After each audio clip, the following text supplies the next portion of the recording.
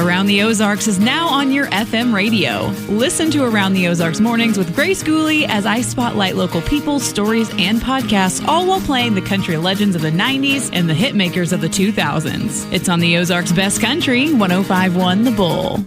Welcome to Beyond the Gate, a podcast sharing the grit, growth, and spirits of rural life. From fields to front porches, this is where the heart of agriculture comes alive.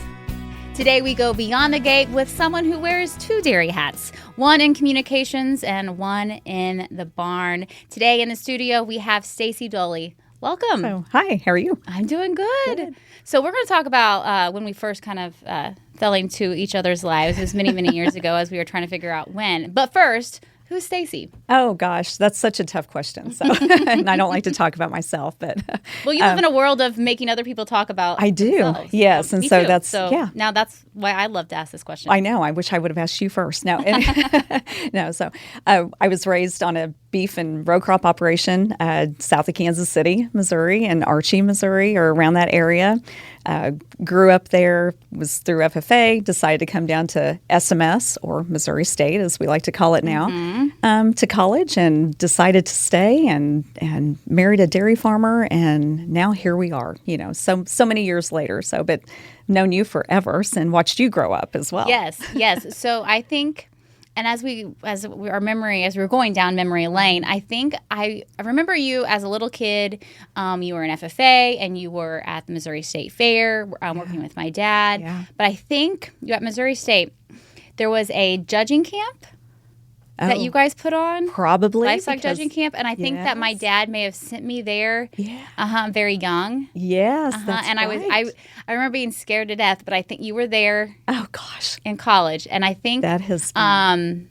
I don't know how old I was. I was young. But I think you were one of those young college kids that my dad was like, she'll take care of you.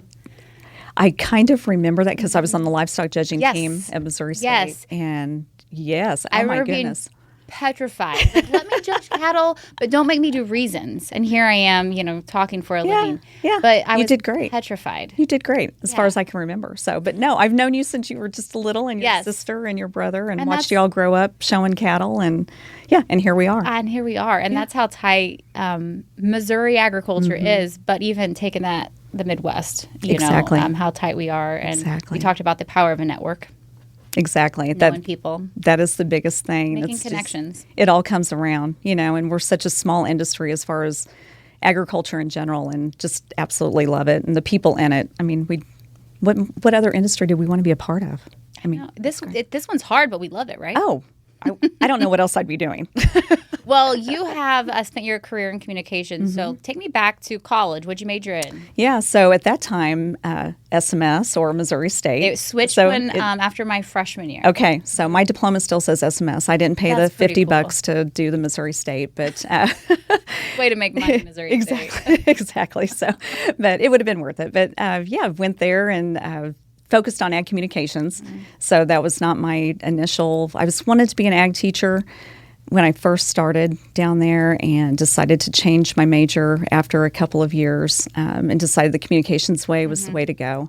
And that, I think I was one of the first groups of people to graduate with an actual degree in agriculture communications. You would have it was general agriculture with an emphasis. Exactly. So, but Joyce Cutright was there. Yes. So, Joyce, and she trained all of us, and, we worked at the FFA press room, and it was a great way to, I didn't just have to focus on either TV or radio and or print or something like that. So I interned at KTTS and did the broadcasting side of it, and absolutely fell in love with it. And so you're no stranger to the mic.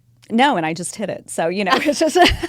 No judgment. Because I talk with my hands too much. So, but yeah, that was a great experience interning over there. And then that was my first job out of college, doing the farm markets. And oh my gosh, the people that you meet with that, it was just, and we're still lifelong friends. I mean, it's just the industry that we live in, and it's a great one to start out in too. So, well, you talked about the markets. That is one thing. I never did real radio, and so I've never wrote the markets or read the markets or anything like that. But I'm still fascinated with that farm broadcasting element. That I think it still plays a huge role, but you're not necessarily tuning in every day to listen to that radio, the farm market report on the radio. Right. The industry's changed. It has changed so much, and that was the real reason why I didn't necessarily want to get out of it, but with some changes at the radio station, and so I needed to look at some other opportunities where I felt like I could make a difference. And then that's when this job at Midwest Dairy came open. And again, going back to the connections, I talked to a dairy farmer that I was on. I think it was Senator Roy Blunt's ag tour. Yeah, I think he was congressman then. So, and I asked, I said, "Do you have any jobs that are around? That we might be able to." I might be good at. And he said, as a matter of fact, the one at Midwest Dairy had just opened. And so I applied for it. And here we are 26 years later. That's crazy. Yeah. Let's talk about that first job at Midwest Dairy leading into today. Yeah. It is crazy. It really is. So I don't know how many people can say, I've only had 2 real professional jobs in my life. That's fascinating. The one at KTTS and then the one here at Midwest Dairy. But started out with farmer relations, and I knew nothing about dairy. I mean, you just married a dairy farmer. And at that time, we weren't married. Oh. So, yeah, at that time, we weren't married. So I think there was one dairy farm in our community when I was growing up. I was not on a dairy until I went to college. And then I went down to a dairy, a friend of ours that was on the judging team. He was working at a dairy in Seymour, and he goes, "Come down and, see what we do." So I did. That was the first time I had been on a dairy. So that was in college. But now I look back and I'm thinking, what a great industry. And now I get a chance to talk to all of them, and I get to see the farmers and the hard work that they do and promote their product. Well, and I think that's kind of what, not misconceptions, but just to open that farm gate into the association side of farming. What does that role mean? And farmers, they're the day in and day out, but that association, Midwest Dairy, and many others, they're there to promote the farmer and the product, because it all starts as being a storyteller. Exactly. And that's what I really tell my farmers. We're the checkoff side. So we can't lobby or we can't do anything, but we can do that promotion and that research and development of all of the dairy products and building that trust with the consumer. That is such the big thing that we're trying right now. We have to have trust in the consumer, so they trust the products that we're producing and have trust in the practices that we have on the farm.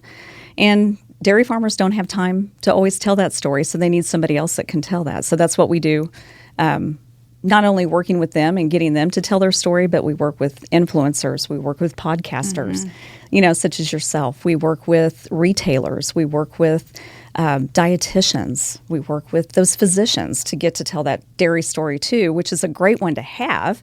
But we just need to keep getting it out there and in front of the consumer all the time. Well, I think that I'm going to ask. I want you to dive deep into what is a checkoff first. Okay. But before I forget this next question, I think of we think of the consumer being that or your main voice to go to that consumer. But as you break down the nutritionists, the physicians, teachers in a school, there's all these different elements, and how many times. You hear something once and you're going to forget it. But if you hear it from this person and this person and this person that you trust, your umbrella spreads farther. Exactly. And so explain, I don't think it's a new novelty, but how did what was your foot into the door into those organizations, into those people to really insert dairy's footprint? That's a great question, and it's ever changing. So when I started 26 years ago, it was totally different than what it is now, and we have to continue to change along with how the consumer wants their information, who they trust. We know with research that we have done, consumers trust farmers. So if we can get our farmers to tell their story, that's who we want to tell their story. But then the next one they trust is either family or friends. So we need to make sure we can get our messages to those. And then they do trust their physicians or health. Provide someone who's helping them take care of themselves. Exactly. The ones that we know that they don't trust so much are, government, which is kind of funny, even though they probably don't even know you exist. Right. Well, no, as a consumer, and that's fine. That is fine with us as long as our dairy farmers know that I exist, because exactly. We're using their dollars to do all of this. But when we do our consumer research, those are the things that we want to know and how they get that information. So whether it's through social media, whether it's through podcast. When I first started, it was email or newspaper, Yes. magazines, Yeah. articles. Buying and ads. Buying ads. We used to work with the retailers on ads in the store and stuff. And we do that differently now with Instacart and all of these other things. So it has changed so much, but for the better. I mean, we have to. And who's to say next week it might change again? So, it's ever changing, but we got to keep up with that. And that's where that checkoff dollar comes into play. So explain the checkoff on the dairy side. So on the dairy side, for every 100 pounds of milk that the dairy farmer sends out his door, 15 cents goes to the checkoff. 10 cents stays with Midwest Dairy, and that nickel goes to National, our DMI, Dairy Management, Inc. So they're our national organization that come up with the programs, with the campaigns, and then we bring it down to a regional level. And here in the Midwest, we represent 10 states from South Dakota, Minnesota, Nebraska, Iowa, Illinois, Kansas, Missouri, Arkansas, and Oklahoma. Did I get 10? I wasn't counting as you were as you were naming them off. I was like, I should have been counting. I could test for knowledge. I heard 10. Okay, there we go. Great. Midwest. 10. So, but we have about 3,600 farm families in our territory that we represent, but we have 42 million consumers in our territory. You think about those 36 farm families. 3,600. 36, excuse me. Yeah. Yeah. 3,600 farm families feeding that many people. 42 million consumers, which is 12% of the population.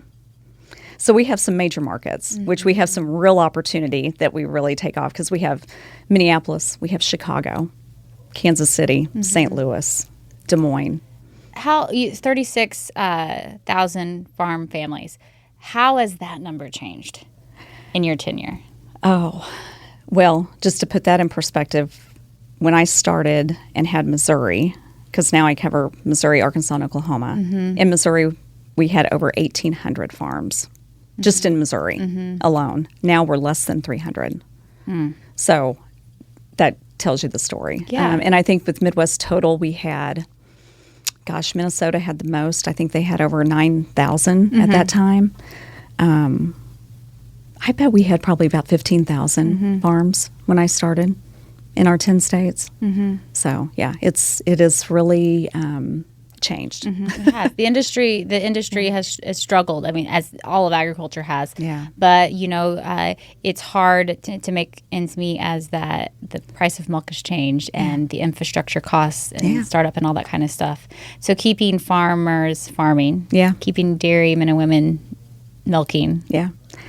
And there's not the next generation. I mean, that's the part. It's like any industry in ag. I mean, or any sector of the ag industry. It's when is that next generation going to come up and take over? We can, whether it's beef, sheep, hogs, poultry, dairy.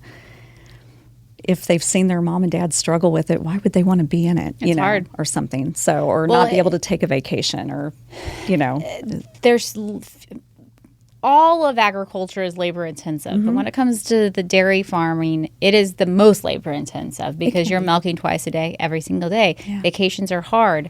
A social life is hard, and so diversification has helped and things like that. You either got to have a lot of cows, to make it work. Yeah. Or the smaller ones have sold out. Living in Lickley County, just north of Wright County, that used to be a huge mecca of dairy, and they're gone. It is a way of life. I love it that we brought our son up that way. Absolutely love it. Would I change it? No, not one bit. And I don't think a lot of dairy farmers would. They wouldn't change the way they, but it's different now, with labor, and there's so many other, I don't want to say disadvantages, but it's just a different time. Well, there's a lot more opportunities for young people who want to work in agriculture to still work in agriculture, but still leave the farm. Right. But we still have to have the people willing to run them. And so and I think and then you have to find out what is your niche, or what do you want your farm to be, and we're going to talk about that. That's we'll see about that. It's everybody has to make the decision on their own what they want their farm to end up, and whether it's with their, I think we all want to keep it in the family as long as we can. To say that we have a century farm, I think is a huge, a great bonus with that and proud. I mean, to be proud of it. Absolutely. But if it's just keeping the land and then just trying to figure out how to make somewhat of a living off of it, that's even better. So, well, I don't want to be doom and gloom. That's not what this podcast is about. So we know the dairy industry has changed tremendously over the years. But what excites you the most today about what you're seeing in the industry? Yeah, it's still, we still have some young farmers that are coming in, and which is great, and they're finding new technology. They're finding new ways to milk those cows, whether it's with the technology, with the robots. Maybe it's 3 times a day. Maybe it's twice a day. That part is exciting.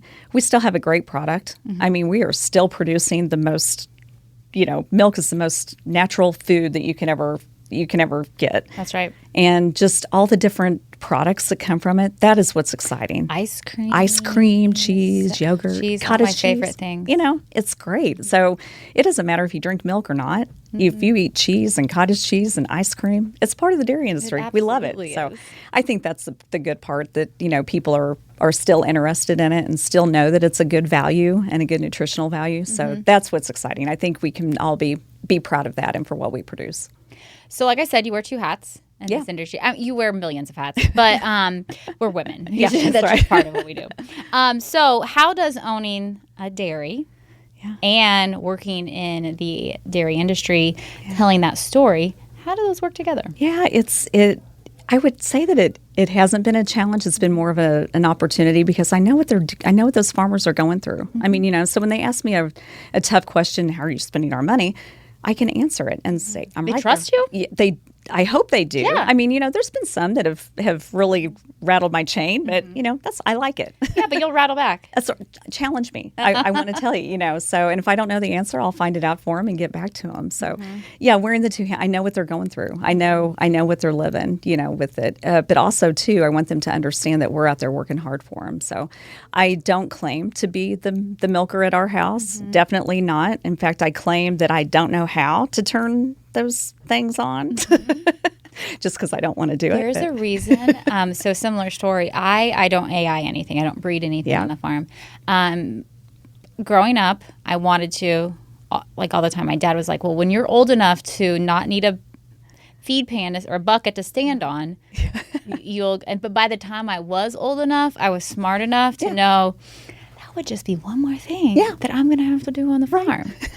And so I have strategically, like my brother, my husband, like, you need to go to AI school. I was like, do I really? I don't think so. Yeah. So did they give you that your arm is smaller than mine? Oh, I've heard it all. I've heard that it too. all, and I'm like, no, and I don't know how to turn that thing on. Right. And it's worked so far for me.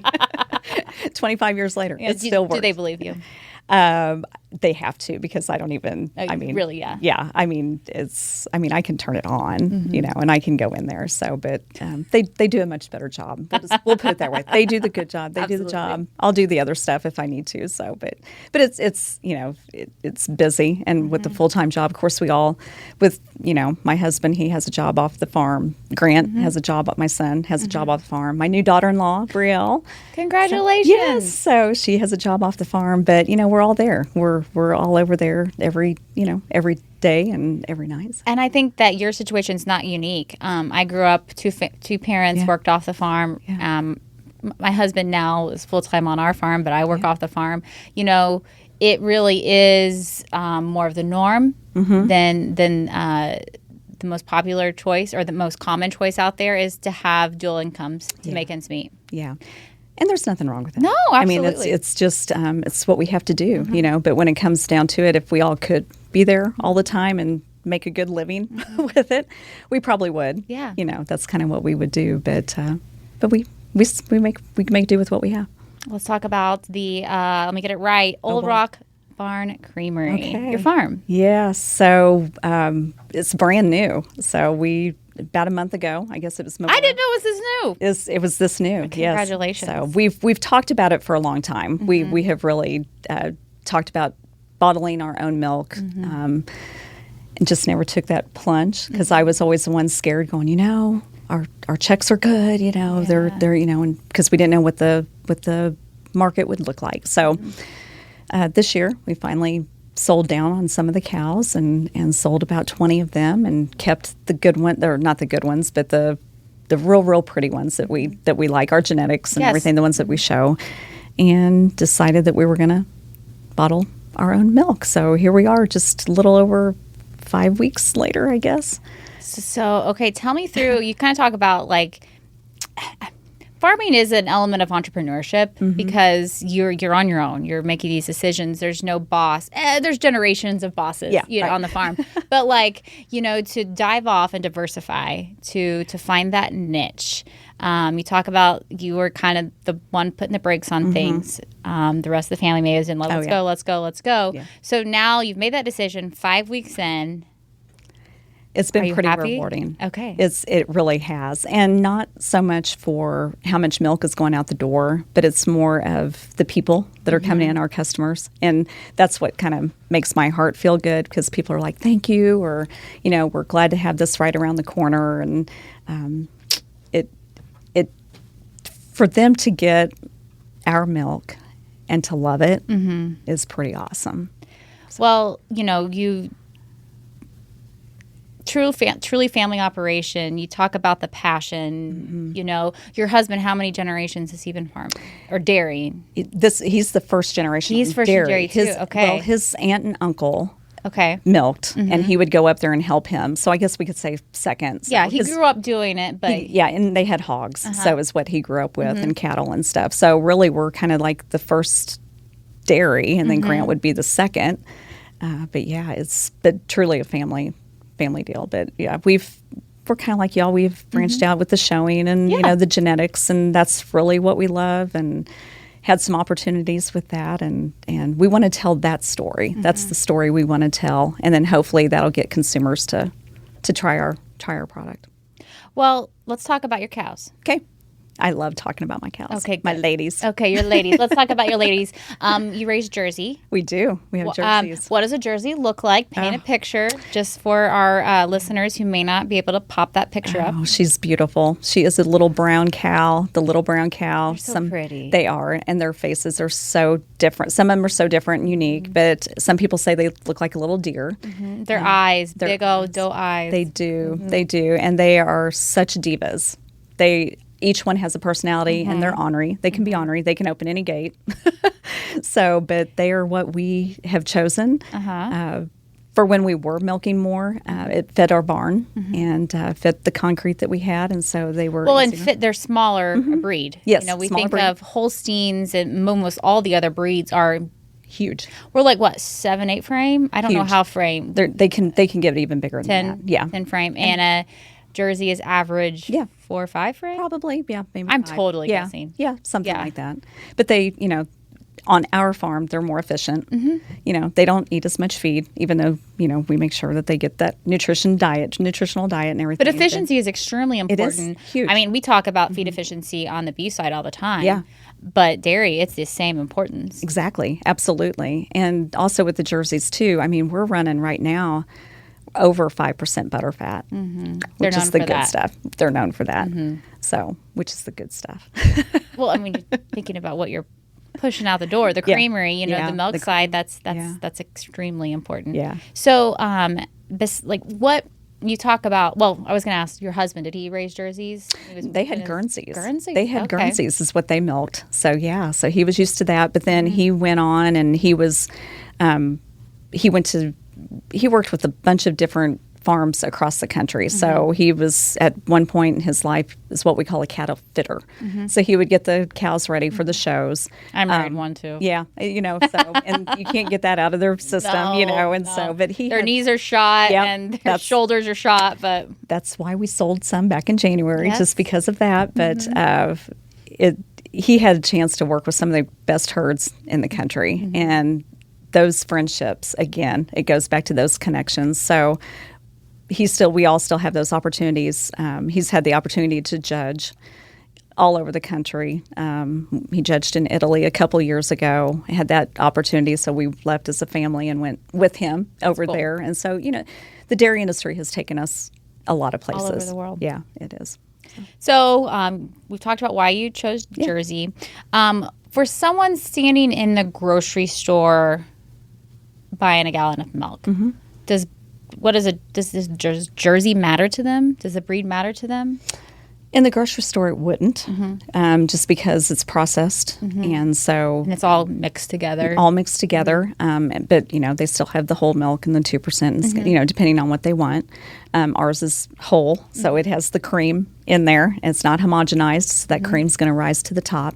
But the same nutritional value, same nutrition as far as when it comes down to it. Those 13 essential nutrients. I had to get that in there, Yes, absolutely. is in there. Ours just has a little bit more cream. So you offer cream line and A2, correct? Yes. So what do those terms actually mean? So we... I'm asking for someone else. So that's a great question. So cream line, you can actually see the cream whenever the milk is settled. We'll have about 3 inches of cream on top of that half gallon of milk. So you have to make sure you shake it really well before you drink it. So, and that's the best thing. And you have to educate on that because people look at that and think, oh, it's soured. But no, that's just the cream. So we make sure that they know how to shake that and to drink that. The A2 is we have tested all of our cows to see if they have that A2 protein, which the science is telling us that it's easier to digest, or if somebody has an issue. Like lactose intolerance or just a digestive? Just a digestive. Sometimes as we get older, we can't digest milk as easy. Well, anything as well. Anything. And it seems to be, or we have been told that it might help with that. And I have seen that personally. I can't back it up with any science or anything, but the A2 milk seems to be easier to digest with that protein. So. And that is, you breed, it's genetic. Yes, it's genetic. So does it got to come from both sides? Both sides. It has to be A2. A2. And then so when you're breeding each year, you're making sure you're breeding Yes. to a A2 sire. Absolutely. Because they can be A1, A2. Okay. But that doesn't qualify as A2, A2. Okay. So. And A1 would just be regular run of the mill. Yep. Which is there's nothing wrong with that. No, exactly. But I think we talk about how the industry has changed. Options. Consumers need options. Yes, and that's what that's what a lot of folks don't understand. If they try milk and it makes their tummy hurt or something, then they just stop. Well, we have lactose-free milk. There's lactose-free milk out there available. The A2 milk is available. There's something for everybody that they can. And also, too, lactose intolerance is a whole nother issue. We won't get into that, but there's dairy products out there that you still can consume even if you are lactose intolerant. What about cheeses? Yeah, you can do A2 cheeses, or is there less issue with digestion of that? Cheese you can usually eat if you're lactose intolerant. Just kind of chew, but I'm not real sure on it. I don't know of any A2 cheeses. I don't know. That's something we need to look into. Absolutely, you should start making it. Oh, good Lord, no. Cheese is a whole other ballgame. I know, sis. I can't do it. I just, I'm such a cheese snob, and I want it to be really, really good. I love cheese. And unless I can make it really, really good, I'm not going to sell it. I respect that. Yeah, I'm not going to do it. So what inspired the creamery? What was, I know you were putting the brakes on, but why was the rest of the family saying, I want to do this? Yeah, I think it was a matter of still wanting to have the cows, maybe not as many. And we knew what we had as far as with the cream and the Jersey, the butter fat with that. And I think just they wanted to... Well, value-added product, not just a product. Yeah, exactly. And so, we just kind of...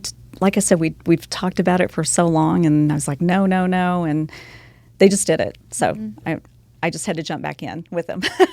It was basically jump on board or get out, Mom. Exactly, and that's what it was. But it has been great, and like I said, it's been great. And Brielle, she does our social media for us, and so that's the only way that we're advertising. And the power of that. Yes, and she has done a great job with all of that and taking the pictures, and she wants to do some new products. And I know she tried butter the other day, and she tried yogurt, and so there might be some new products coming down the line. That's fun. Experiment. See what the consumer's driving. Exactly. Where are you located? Oh, so we're just north of Pleasant Hope.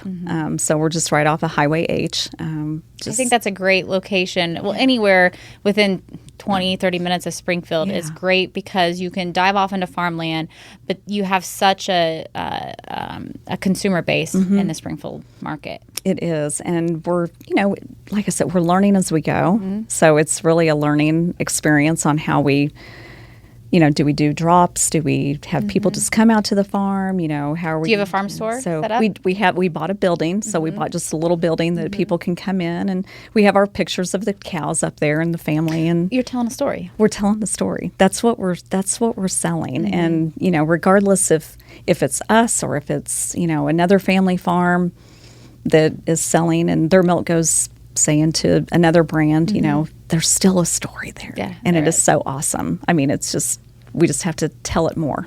Everybody has to tell it more. And I think that I used to kind of chastise myself and feel like I was like a broken record because my entire career has been based on telling that story. Yeah. Whether my customers are different now. I work in the world of banking, but I'm still telling that story. And but I've stepped back of being tired of hearing my voice say it because it still is important. And so I just love being reminded again that power of a story. It is, as part of my job with Midwest Dairy, I work with the dairy farmers and getting them to tell their story, whether it's on social media or whether it's at events, just talking. And I'm like, y'all are rock stars, and people want to hear from you. They want to hear the story. They truly, generally love that transparency. They love that being authentic. And it makes me proud to see them when I can train one of them and send them out and see what they do. It's just, it's awesome. It's my baby. Well, I think, farmers are humble and they don't really, they know it needs to be done, but someone else is going to do that. I don't need to tell my story. And I mentioned earlier, Justin Rafe was in the studio several months ago and I had to, drag them in. But that is the stories. They want to hear it from the farmers. Yes. And we've got to give them the confidence to do it. That is it. And then, tell them they do have time to do that just a little bit. It doesn't take take long, but just to get out there. Give and me 5 minutes. An hour. I need an hour. Yeah, right, exactly. So, but it's the consumer wants to know. Yeah. Let's talk about today's challenges in the overall dairy industry. Okay. What do you see as what are some of those struggles? And I know you're on the checkoff side, so we're not going to dive into the policy and those prices. But what do you see on the checkoff side as being that big challenge? We had this conversation this week with some farmers, and their concern is labor. Labor is a big concern, whether it's with immigration reform or something. Do you see that throughout the whole Midwest, like north to south? Yeah, or do you? Okay, absolutely. So I mean, it's everywhere, and whether it's immigrant labor or whether it's just local labor, H2. You can't. I don't know. I don't know what the deal is, but that's a big part of it. The input costs are still high, but there's really nothing just to be more efficient. I mean, that's way. And I know a lot of them are not struggling with that, but they're working at that to be more efficient. It's constantly on their brain. Yeah, it's constantly on their brain. So I think those are the two big, and just to, of course, milk price is always, at the top of the mind, and there's nothing I can do about that. But it is a struggle. And so you just got to listen to them and see what happens. But hopefully we can work through all of that and get some solutions, or at least to some of the issues that they have, and help them by creating those sales. We got to keep at it. We can't stop. So, of course, the best thing a listener could do to support the dairy industry is to buy milk. But let's think about, just take off your Midwest dairy hat and put on your local farmer hat. Okay. What's the best way for us to support our local dairy? That's a good question. Visit your farm. Try your milk. I would love that. Yeah, and it's okay to say that. Is that okay to say Yes. that? Yeah, I would love that. And in we're awful proud of our milk, and everything. But trust our farmers. I mean, that's the thing. Trust your neighbor. Get to know your neighbor if he's a farmer or if she's a farmer. Get to know him and be friends. I mean, seems like nowadays Ask questions. They're not going to come out and just tell you, but have those conversations. That's what we want. And instead of just assuming that, that smell from that farm, what is that? Talk about it.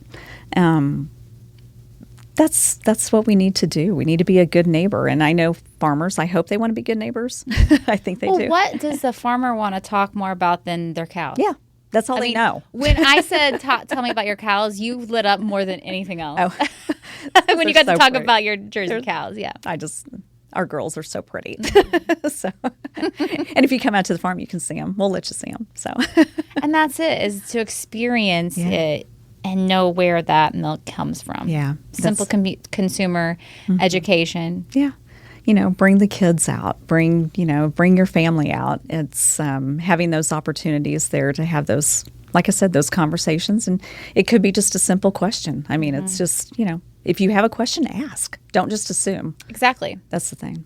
We're going to get into some of those consumer myths and facts. But first, I want to ask you one more question. Okay. Because our worlds collide multiple times a year typically, but every year at the Missouri State Fair, and it is coming, it is knocking on our doorstep. I'm starting to sweat a little bit because my stint at the fair is coming up.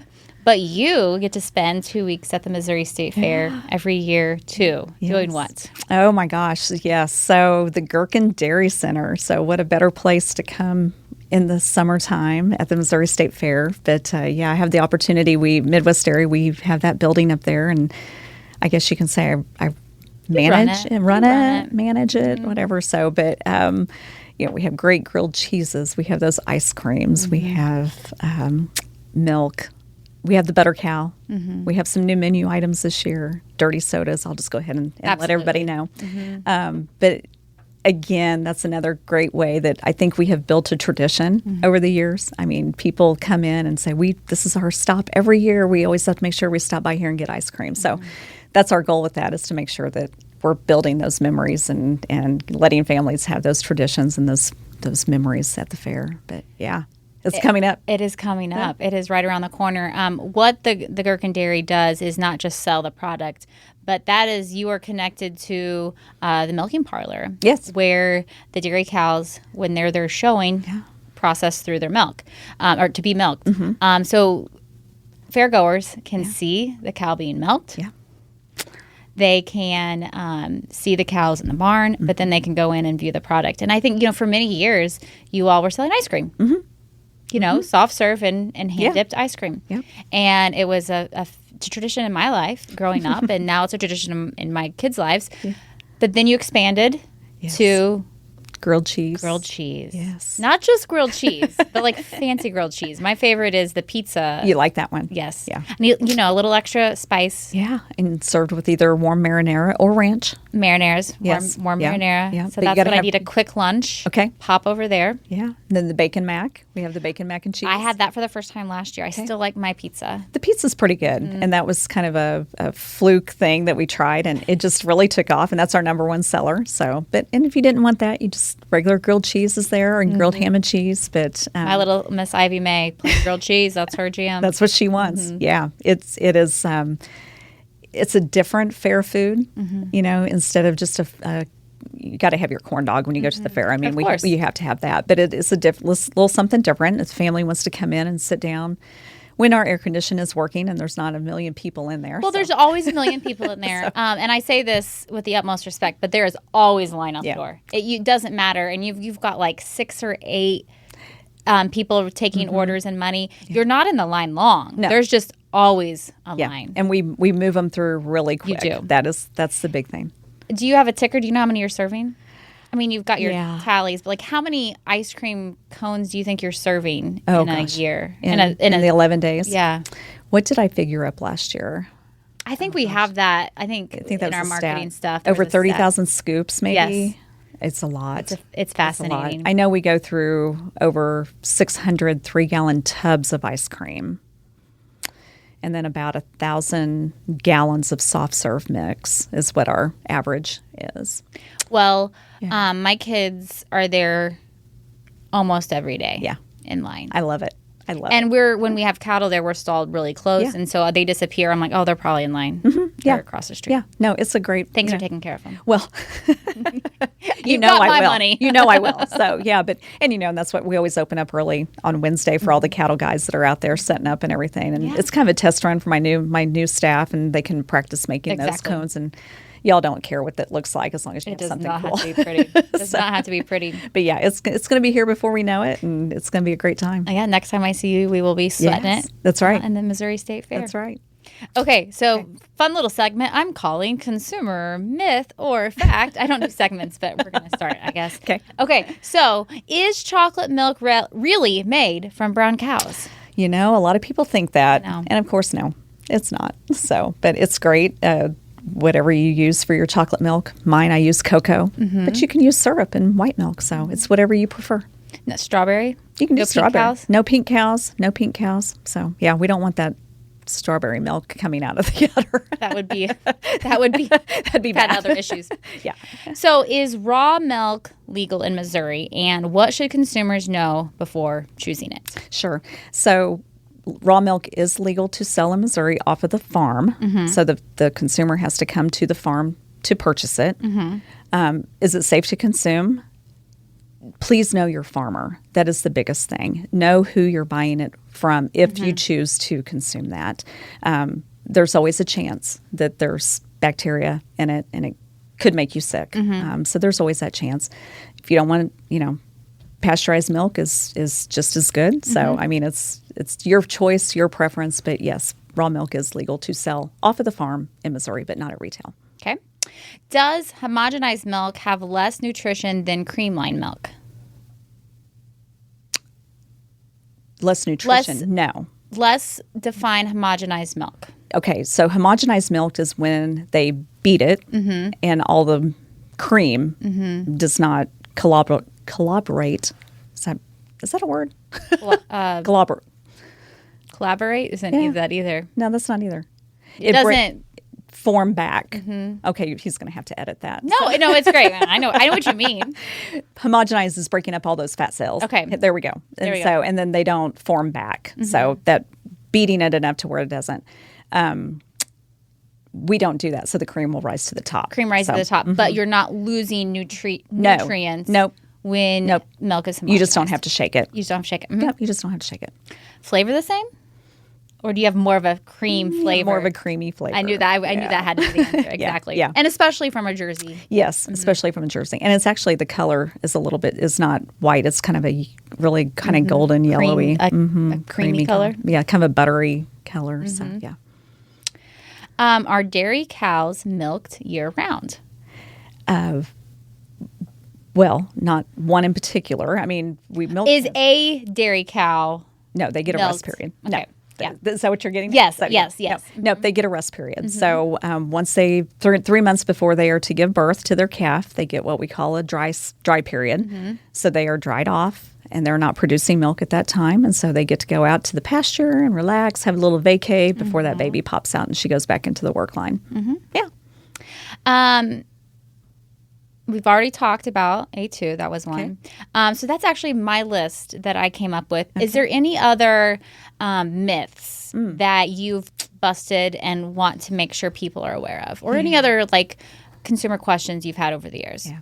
I think the biggest one is about antibiotics in the milk. I should have asked about that. That's one that we get all the time. And it seems like we have to keep, there's never antibiotics in milk. So we just don't want to take that chance for somebody getting sick because they might be allergic to penicillin or something. And, we're not pumping our cows full of antibiotics all the time. Only give it to them if they're sick, and then that milk is kept separate. So, yeah, I think that's the other biggest thing is for them to know that there's not antibiotics in milk. Well, and, a milking cow has to be milked. Yes. So that's what you just said. If that cow has to be given anything, that milk is kept separate. Yes. And then there's a withdrawal period on Yes. every medication. And that withdrawal period will be different between the type of antibiotic or the type of medicine was given. Correct. Yeah. And all of that's through our veterinarian, so we work really closely. And I know all dairy farmers work really closely with their vets. So that's the thing that dairy farmers don't want to make people sick. No, I mean, that's the thing. No, and their milk is tested on the farm. Exactly. You know, everything is... It's tested before it leaves the farm. It's tested at the processing plant to make sure that there's not any antibiotics in it. If they do find antibiotics, they can absolutely trace it back to the farm that had it, and then that farmer has to pay for that load of milk. Yeah. And that's pretty pricey. And they don't want that price tag, so they're going to make sure from the very beginning things are done right. Exactly. Any other myths? That's one. Okay. So I'm going to wrap up with some of my questions I ask everybody. But first, that's not all. No. Okay. So you spend your career opening that gate between the consumer and the farmer. And not just the farmer, agriculture as a whole. So if you could invite every single listener onto your dairy for just 1 hour. Okay. Big picture. Okay. You don't want them all. That would be a lot. That'd be a lot. I hope there's a lot of listeners. What do you hope they would walk away understanding? On our dairy farm? Yeah. Yep. Personal. That our ladies, our little Jersey girls, are our pride and joy, and that we take care of them and make sure that they are happy and healthy. I know that's kind of a cliche to have happy cows, and things, but we want to make sure that they are healthy, and we want consumers to know that that's our first priority. Those girls are what I can't say that. I guess I can say, that's what we live for. I mean, they're providing that milk for us to be able to sell, but we want to make sure that we're taking care of them. We want them to see them. I mean, that's the whole thing. Just have that first hands-on experience, but to walk away knowing that we take care of them. We take care of our land. We're not going to do anything to our land because we want to pass it on to the next generation, and just want them to be able to purchase those dairy products and enjoy them. Enjoy it. Enjoy food. Yes, enjoy the food and be repeat customers because they love it so much. You bet. And that's... Why would we not do that? I mean, that's the whole thing. That's what we want to do, and be able to do it and enjoy it. Love what you do every day. So, Stacy, oh boy, let's go back to 18-year-old Stacy. Oh gosh, what would you tell your 18-year-old self? That's been a long time ago. Oh, it's not been. It's been oh boy, I don't know. Get involved and make those connections. I know we talked about that earlier. It's not what you know, it's who you know. And, if I hadn't judged livestock in college, if I hadn't been a part of Block and Bridle, if I hadn't have reached out, those are lifetime relationships and friends. And, do what you can, but because you can always say no later, when you've been in the industry for a while, you can pick and choose. But then also, when you do come to that opportunity, when you're older, give back. Continue to, I'm still judging FFA speech contest, and they ask every year, and I always say every year, I'm not going to do it next year or whatever, but I do, we'll have FFA teams coming out to the farm to learn about how to judge dairy cattle. And I know Dean does that. And so that's, give back to once you get to a point in your life where you can. But make those connections first and do everything you can so you can give back. I don't know. It's just kind of, and work hard. I mean, don't expect anything to be given to you. That's the thing. So. That's wise words. And I think that's, what you want your kids to think about is to work hard and earn it. I think that's what agriculture instills in our youth and our young people is that work ethic. It is. My ag teacher in high school, I had a lady ag teacher, Mrs. B, and she always was encouraging me. That morning of those state officer interviews, she was like, "Come on, this is your big day. Let's get ready," and things. And she always instilled in me too. She said, you work hard. You're not going to earn anything just because you're a female. You are a professional. Harder. You work harder, but do not rely on that. You're not a woman in agriculture. You're a professional in agriculture. And so I've kind of always looked at it that way. Don't wear that title. Don't wear that expect title. Something. And expect it. So always be a professional, and if you do that, then I think that's going to be, you'll move up. So wise words. Yeah. Stacy, where can we go to learn more about Midwest Dairy? And what you guys do. Yeah, so MidwestDairy.com. We have our website that has all the information on there. So farmers, if they want to learn more about the checkoff, they can certainly do that, or they can contact me, especially in this area. I can certainly give them more information about how their dollars are being spent, and would love to talk to them about that if I haven't already. I'm not doing my job if I haven't talked to them already. And I'm thinking like that consumer, when they have questions, your social media's out there. Exactly. Information constantly. Yeah, so we're on social media, Facebook, Instagram. That's our communications team, so I'm not real sure. I can't remember what all I let them take care of that, and I'll take care of the other stuff. So, but yeah. Well, okay. Now, where can we go to learn more about Ol Rock Barn Creamery? Yeah, so we do have a Facebook page, so please visit that. And it's Ol with the O-L and Rock Barn Creamery. So they can learn about us on social media and ask questions on there too. So we're pretty good about answering those, or Brielle is anyway. So she's pretty good someone for that. Yeah, she can do that. She's much better at it than I am. So. Well, Stacy, thank you for letting us go beyond the gate deep into the industry, the dairy industry, and your home. Well, thank you. I appreciate it. It's so good to see you. So again, and I'm so proud of you. Thank you. And everything that you have accomplished, and very well deserved. So, but thank you for having me and getting to talk about the dairy industry. And we'll see you soon at the Missouri State Fair. We will be there. Come by and see me. Oh, I will. Okay. Thanks for joining me for another episode of Beyond the Gates. If you're watching on YouTube, like and subscribe. New episodes drop every other Wednesday. For more content, follow Around the Ozarks and Beyond the Gate on Facebook and Instagram, and subscribe to the daily newsletter at aroundtheozarks.com. Join us next time for more stories of grit, growth, and the spirit of rural life.